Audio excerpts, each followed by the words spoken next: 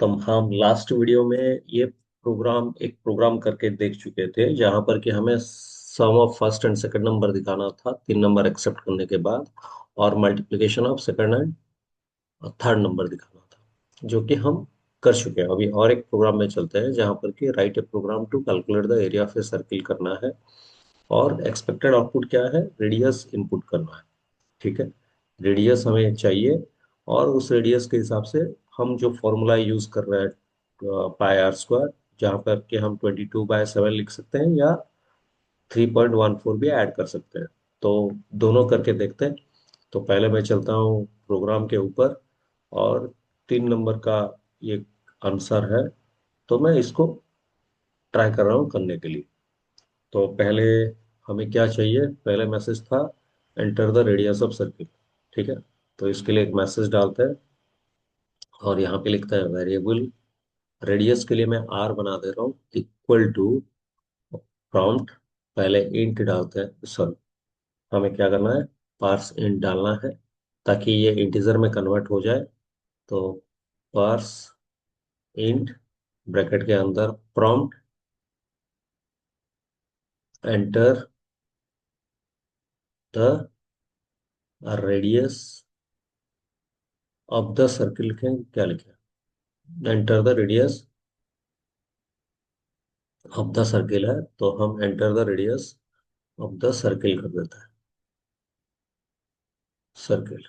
ठीक है, और यहाँ पे हमें क्या चाहिए, एरिया निकालना है, तो मैं एरिया के लिए ए कर दे रहा हूँ, और 3.14 यूज करके करते हैं, 3.14 इंटू रेडियस के लिए आपको आर चाहिए, इंटू आर चाहिए। ठीक है, दो बार मल्टीप्लाई करना है, आर स्क्वायर हम नहीं कर सकते यहाँ पे अभी के लिए, बाद में चेक करेंगे आर स्क्वायर बन सकता है क्या।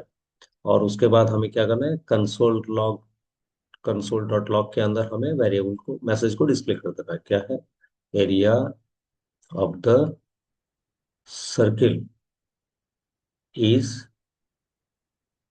ए। ठीक है, एज के बाद आप डबल कोट पास पास में रख सकते हैं, क्योंकि हम ऑलरेडी आंसर लिख चुके हैं। अब चलते हैं ऑनलाइन कंपाइलर पे, और यहाँ पे टेस्ट करते हैं क्या आंसर आएगा। ऑनलाइन जावास्क्रिप्ट कंपाइलर, और इसको ले जाते हैं लेफ्ट साइड में, इसको डिस्प्ले करते हैं राइट साइड में, ताकि हमें देखने में इजी हो। ठीक है, ये है यहाँ पे, और इसको मैं यहाँ पे हटा दे रहा हूँ, और यहाँ पे ट्राई कर रहे हैं लिखने के लिए variable a equal to int, int नहीं, पर्स इंट लिखना होगा। पर्स इंट क्या है, prompt enter the radius of the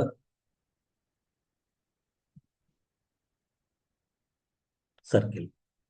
ठीक है, तो नहीं, आर में लिखे थे ना, तो इसको मैं आर कर दे रहा हूँ, और यहाँ पे हम ट्राई करते हैं variable a equal to 3.14 into r, into r, semicolon दे रहे हैं।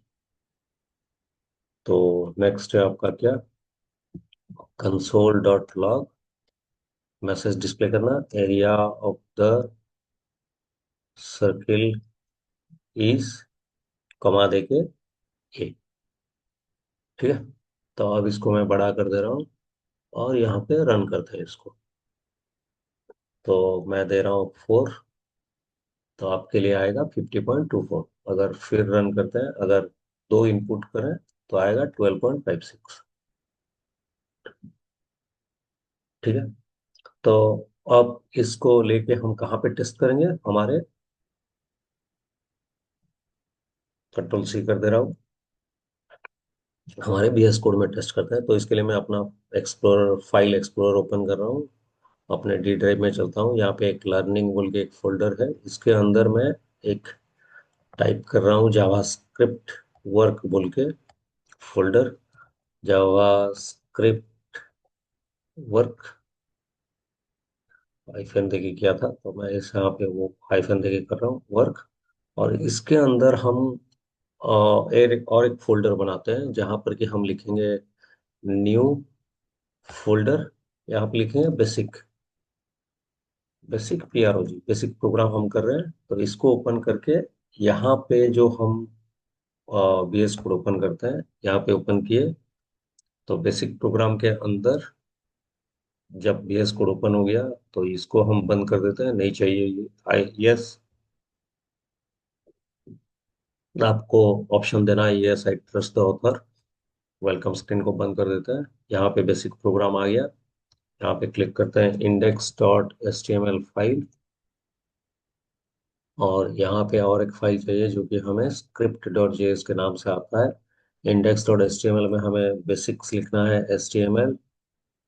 ठीक है, तो फिर हेड, उसके अंदर आप चाहो तो टाइटल ऐड कर सकते हो। टाइटल, मैं टाइटल में दे रहा हूँ basic programme.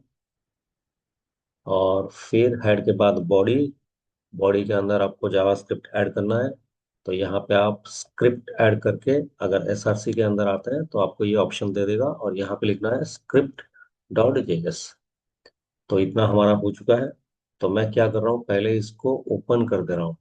Copy path, right click करके ब्राउजर पे गया, यहाँ पे पेस्ट किया, तो ये डिस्प्ले हो चुका है। इंस्पेक्ट करके देखते हैं। इंस्पेक्ट, और इंस्पेक्ट में कुछ आया नहीं, तो इसके लिए हमें कहाँ पे जाना होगा, कंसोल पे चलते हैं। और यहाँ पे हम अगर रिफ्रेश करेंगे तो ये आंसर आएगा, लेकिन जावास्क्रिप्ट में कोई कोड नहीं है आपका, तो स्क्रिप्ट में आए। तो मैं जो कॉपी किया था उसको पेस्ट कर दे रहा हूँ, तो ये, सॉरी यहाँ पे गलत पेस्ट हो गया। तो फिर चलते हैं। तो यहाँ से हम इसको कॉपी कर लेते हैं और यहाँ पे पेस्ट कर देते हैं, तो ये आ गया। तो अभी इसको क्या करें हम, रन जब करें, बेसिक प्रोग्राम पे आया, इसको रिफ्रेश कर रहा हूँ, तो आपको क्या देगा ये, enter the radius of the circle, मैं ऐड कर रहा हूँ 2। ओके, तो ये area of the circle is 12.56 दिखाएगा। लेकिन आपको नहीं लग रहा है कि एरिया ऑफ द सर्किल जब हम इनपुट करें, वहां पे जो रेडियस देते हैं हम, वो रेडियस पॉइंट में भी आ सकता है।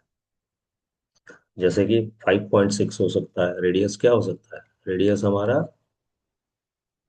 5.6, 2.75, इस तरह पॉइंट में भी आ सकता है। जब आपको कोई वैल्यू पॉइंट में देना है, और अगर आप पार्स आईएनटी किए हैं, तो पॉइंट वाला पार्ट हट जाएगा। तो ट्राई करके देखते हैं।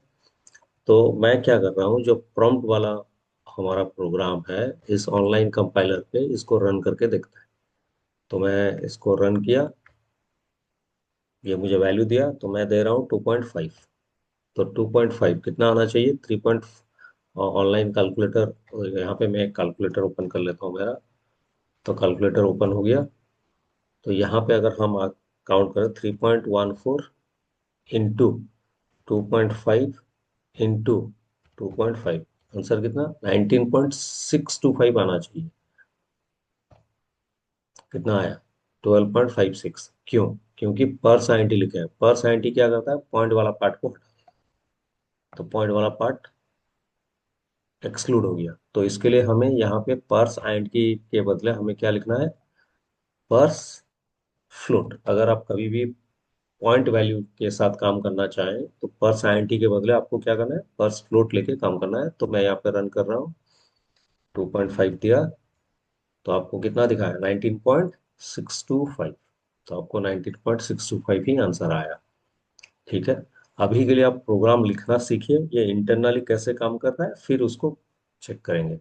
तो मैं ये बेसिक प्रोग्राम पे आ गया, हमारे बीएस कोड में चला मैं, और यहाँ पे पर्स इंट के बदले में क्या कर रहा हूँ, आपका पर्स फ्लोट कर दे रहा हूँ।